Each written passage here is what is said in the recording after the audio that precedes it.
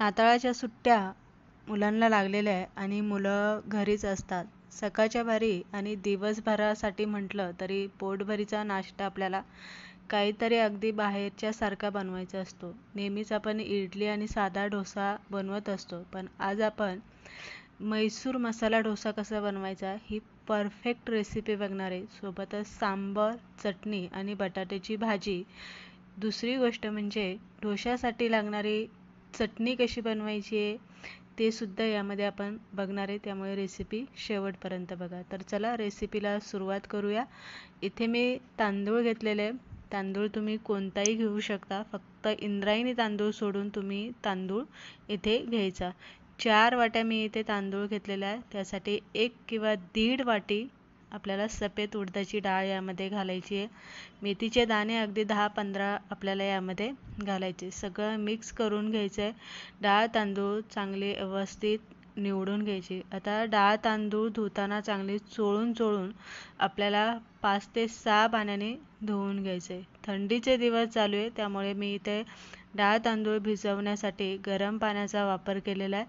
गरम पाण्यामुळे काय होतं, डाळ तांदूळ चांगले भिजले जातात, फुगले जातात आणि दुसरी गोष्ट म्हणजे पीठ चांगलं आंबतं. त्यामुळे त्यामध्ये आपल्याला काही घालायची गरज पडत नाही. अगदी 9-10 तास आपण हे डाळ तांदूळ इथे भिजायला ठेवलं तरी काही हरकत नाही आहे, पण मी इथे 7-8 तास एवढं आपलं डाळ तांदूळ भिजायला ठेवलं होतं आणि ते व्यवस्थित भिजलं गेलेलं आहे. आता वाटताना काय करायचं आहे, डाळ तांदूळ आपल्याला धुवायची अजिबात गरज नाही, कारण आपण सकाळीच व्यवस्थित धुवून घेतलेलं आहे. फक्त आता वाटताना काय करायचं आहे, ज्या वाटीने तुम्ही तांदूळ मोजून घेतले त्याच वाटीने आपल्याला इथे 2 वाट्या शिजलेला भात घालायचा आहे. थोडं आपण जेव्हा वाटायला घेणार आहे तेव्हा त्यामध्ये प्रत्येक वाटणाला आपल्याला थोडा भात घालायचा आहे. आणि दुसरी गोष्ट म्हणजे वाटताना गार पाण्याचा वापर अजिबात करायचा नाही. गरमच पाण्याचा वापर करायचा. गरम पाण्यामुळे पीठ चांगलं आंबलं जातं आणि दुसरी गोष्ट म्हणजे जो डोसा आहे तो असा कडक न होता सॉफ्ट असा होतो. कुरकुरीत झाला तरी तो खायला सॉफ्ट लागतो. तर इथे आपण या पद्धतीने वाटून घेणार आहे. आणि डोशासाठी आपण हे पीठ बनवते, त्यामुळे जितकं तुम्हाला बारीक वाटता येईल तेवढं बारीक इथे वाटून घेण्याचा प्रयत्न करा. तर पीठ आपलं इथे वाटून झालेलं आहे. आता 2 चमचे यामध्ये मीठ घालायचं. मीठ हे रात्रीचं तुम्ही जेव्हा पीठ फर्मेंटेशन करायला ठेवणार आहे आंबवण्यासाठी तेव्हाच घालायचं. मिठामुळे सुद्धा पीठ आंबवायला खूप मदत होते. पीठ चांगलं आपल्याला इथे फेटून घ्यायचं आहे.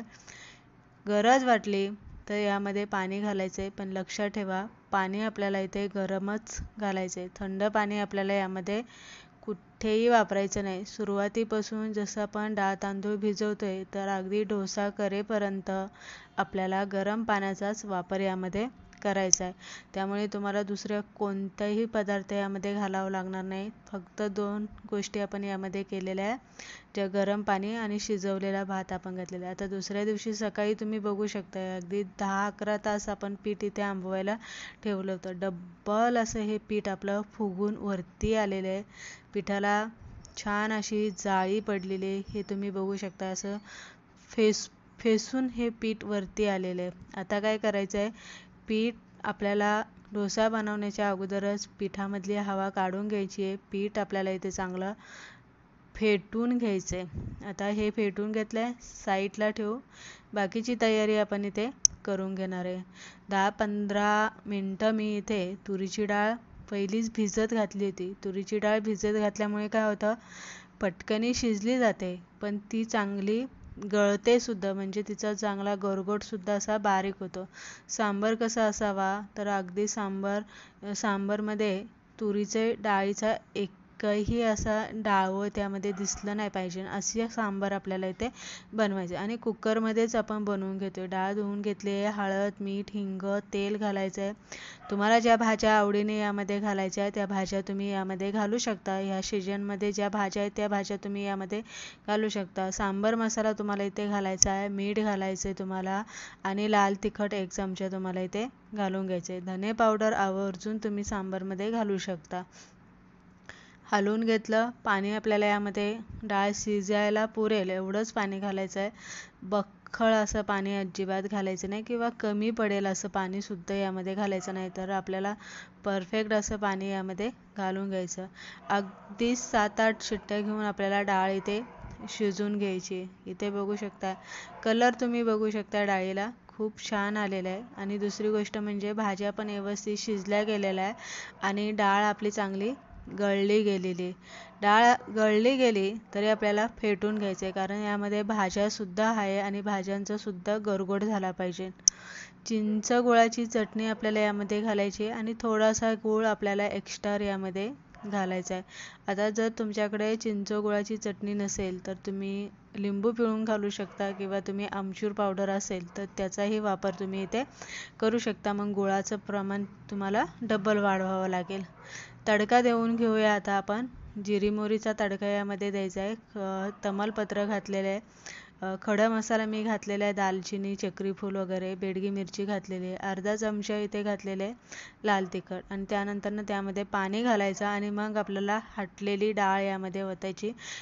डायरेक्ट तुम्ही तडक्यावरती हटलेली डाळ ओतू नका, नाही तर सगळीकडे तडका असा गरम असल्यामुळे असा फटाफट उडतो आणि सगळा गॅस वगैरे तर खराब होतोच, पण तडक्यातलं सगळं तेल बिल असतं ते सगळं निघून जातं. हिंगाचा वापर आवर्जून तडक्यासाठी करायचा आहे.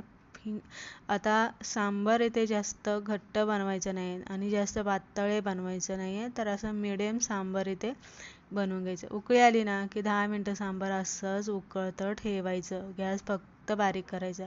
बघू शकता छान आपलं सांबार बनवून तयार झालेलं आहे आणि कलर एकदम जबरदस्त आलेला आहे. सांबार बनवून तयार झालेलं आहे. आता आपण चटणी बनवून घेणार आहे. आता ही चटणी आपण वेगळी बनवते. आपण म्हैसूर मसाला डोसा बनवते, त्या म्हैसूर डोश्याची चटणी कशी बनवतात ते इथे बनवणार आहे. 1 चमचा सफेद उडदाची डाळ आणि 1 चमचा आपण इथे घेतलेले आहे चण्याची डाळ घेतलेली आहे. हे तेलामध्ये आपल्याला चांगलं भाजून घ्यायचं आहे. सगळे आपल्याला मसाले जे आहे ना ते तेलामध्येच भाजायचे. ही डाळ आपल्याला चांगली लालसर कलर येईपर्यंत, असा सुगंध सुटेपर्यंत डाळ आपल्याला दोन्ही भाजून घ्यायच्या. आता इथे ना मी वाळलेल्या मिरच्यांचा वापर केलेला नाही, वल्ल्या लाल मिरच्या ज्या असतात ना त्याचा वापर केलेला आहे. आलं घेतलेलं आहे, लसूण घेतलेलं आहे, कढीपत्ता आणि कोथिंबीरच्या पाठीमागची जे देठ असतात ना ते देठ घेतलेले, 1 कांदा, 1 टोमॅटो आणि थोडासा बीटाचे मी 2-4 तुकडे घेतलेले, ज्यामुळे ना चटणीला छान असा लाल कलर येईल आणि डोसा खूप छान होतो त्याने. त्यानंतर ना त्यामध्ये आपल्याला थोडासा हिंग आणि 1 चमचा लाल तिखट घालायचं आहे, मीठ घालायचं आहे आणि चांगला परतून घ्यायचा आहे. मसाला परतून घेतला, कांदा टोमॅटो आपला चांगला शिजला गेला की एका डिशमध्ये काढून घ्यायचं आणि थंड झाला की चटणी आपल्याला वाटून घ्यायची. आता इथे चटणी वाटताना पाण्याचा वापर अजिबात करायचा नाही. बिना पाण्याचाच आपल्याला इथे, तुम्ही इथे बघू शकता, परत एकदा दाखवते, पाणी अजिबात घातलेलं नाही. पाणी न घालताच ही चटणी आपल्याला इथे वाटून घ्यायची. चटणी घट्टसर अशी वाटून घ्यायची आहे, पण वाटताना आपल्याला ती चांगली बारीक वाटून घ्यायची. चटणी आपली इथे वाटून तयार झालेली आहे. त्यानंतर आपण इथे डोसा भाजी इथे बनवून घेणार आहे. तर तेल घालून घेतलेलं आहे, जिरी मोहरी घातलेली आहे, कांदा चिरलेला आहे घातलेला आहे, कढीपत्ता घातलेला आहे. हलकासा कांदा आपल्याला इथे परतून घ्यायचा आहे. कांदा जास्त लाल परतायचा नाही. आता इथे तुम्ही चण्याची डाळीचा 1 चमचा आणि सफेद उडदाच्या डाळीचा सुद्धा वापर करू शकता, पण डोशामध्ये घालायचं आहे म्हणून मी इथे डाळीचा वापर केलेला नाही. आता आलं लसूण हिरव्या मिरचीचा ठेचा मी असा ओबडधोबड वाटून घेतलेला आहे आणि तो यामध्ये घातलेला आहे. तुम्ही अख्खा असा ठेचून सुद्धा लसूण आणि मिरची अख्खी घालू शकता. हळद हिंग आपल्याला यामध्ये घालायचं आहे आणि हलवून घ्यायचं आहे. कोथिंबीर घालायची आहे आणि त्यानंतर मीठ आपल्याला यामध्ये चवीप्रमाणे घालायचं आहे. थोडीशी साखर आपल्याला 1 चमचा यामध्ये घालायचं आहे, म्हणजे चव जी असते ती चांगली बॅलन्स राहते. आता बटाटे इथे मी उकडून घेतले होते, व्यवस्थित हाताने फोडून घ्यायचं आणि आपल्याला कढईमध्ये घालून घेतलं ना की ही आपण जेव्हा म्हैसूर डोसा बनवतो, मसाला डोसा बनवतो, तेव्हा त्याची जी बटाट्याची भाजी असते ती एकदम पुरणासारखी बारीक करायची. अजिबात बटाटा त्यामध्ये अख्खा ठेवायचा नाही किंवा बटाट्याची मोठी एखादी फोडीसुद्धा त्यामध्ये ठेवायची नाही. तर पुरणासारखा बटाटा बारीक करून घ्यायचा भाजी. बघू शकता मॅचरने एकदम बारीक केलेले हलवून घ्यायची आणि झाकण ठेवून 5 मिनटं वाफ देऊन घ्यायची. लक्षात ठेवा, जी भाजी आपण बनवते डोशासाठी ती पूर्ण आपल्याला इथे बारीक करून घ्यायची. बटाट्याची भाजी आपली बनवून तयार झालेली आहे. सगळ्यात शेवटी आपण यामध्ये कोथिंबीर घालायची. भाजी व्यवस्थित हलवून घ्यायची. आता ओल्या नारळाची चटणी बनवून घेणार आहे. खोबरं घेतले, थोडे शेंगदाणे घेतलेले, मिरच्या घेतलेल्या आहे, 2-3 आल्याचे तुकडे, 2-3 लसूण पाकळ्या, फुटाणा डाळ, लिंबू घेतलेला आहे, चवीप्रमाणे मीठ आणि 1 चमचा आपल्याला यामध्ये साखर घालायची आहे आणि पाणी घालून एकदम बारीक अशी आपल्याला ही चटणी इथे वाटून घ्यायची. तर चटणी आपली इथे वाटून तयार झालेली आहे. या पद्धतीने डोश्याबरोबर खातोय म्हणून आपल्याला ती अशी घट्टसरच ठेवायची. तडका बनवून घ्यायचा आहे. 2 पळी आपल्याला तेल गरम करून घ्यायचं. जिरी मोहरी घालायची आहे. त्यामध्ये कढीपत्ता, बेडगी मिरची आणि हिंग एवढेच आपल्याला तडक्यामध्ये घालायचं आहे आणि हा तडका आपल्याला इथे चटणीवरती गरम असतानाच घालून घ्यायचं आहे. तर ही झाली आपली ओल्या नारळाची चटणी बनून तयार झालेली आहे. थोडंसं असं झाकून ठेवलं म्हणजे वाफ त्यामध्ये कोंडून राहते. आता पीठ आपण पहिलं तर फेटून घेतलं होतं. परत एकदा आपल्याला चांगलं पीठ इथे हलवून घ्यायचं, म्हणजे घ्यायचं, चांगलं फेटून घ्यायचं पीठ. आपल्याला जितकं पीठ फेटेल ना तितकं ते हलकं बनतं. हवा त्यामधली कोंडलेली निघून जाते, त्यामुळे पॅनवरती पीठ व्यवस्थित पसरलं जातं. आता पॅनला आपण इथे तेल चांगलं ग्रीस करून घ्यायचं, म्हणजे डोसा आपला चिटकणार नाही.